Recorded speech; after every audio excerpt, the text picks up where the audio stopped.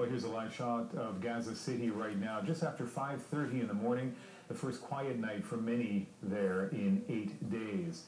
Gaza City, the target of intense Israeli airstrikes. Many of those killed were civilians caught in the line of fire. Hamoudi Garib was in Gaza during the last conflict. Your father and two sisters still living there now, and you were in touch with them during the conflict, no doubt.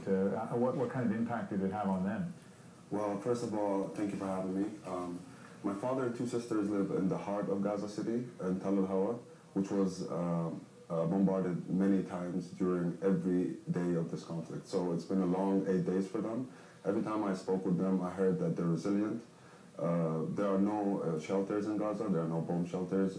There are no sirens that are heard whenever missiles are shot. So it's pretty dangerous and devastating for any human to live under these conditions.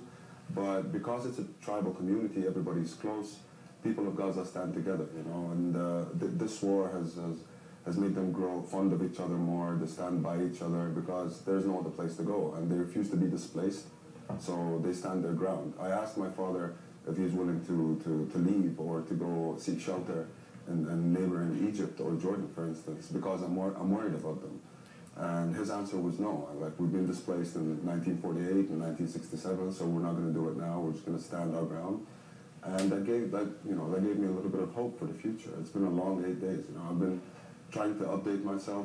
4 screens at home. Even my household here in Vancouver, they've been updating themselves too. So it's been a hectic 8 days. Thank God that this ceasefire has happened. So frustrating, I'm sure, for anyone who has family in harm's way in any conflict in the world, and to be so far removed from it here. And I heard that your father actually was more stoic and more fearless about this than you were as you talked to him on the phone. Yeah, actually that was true, and I wasn't surprised by it. My father is a retired politician.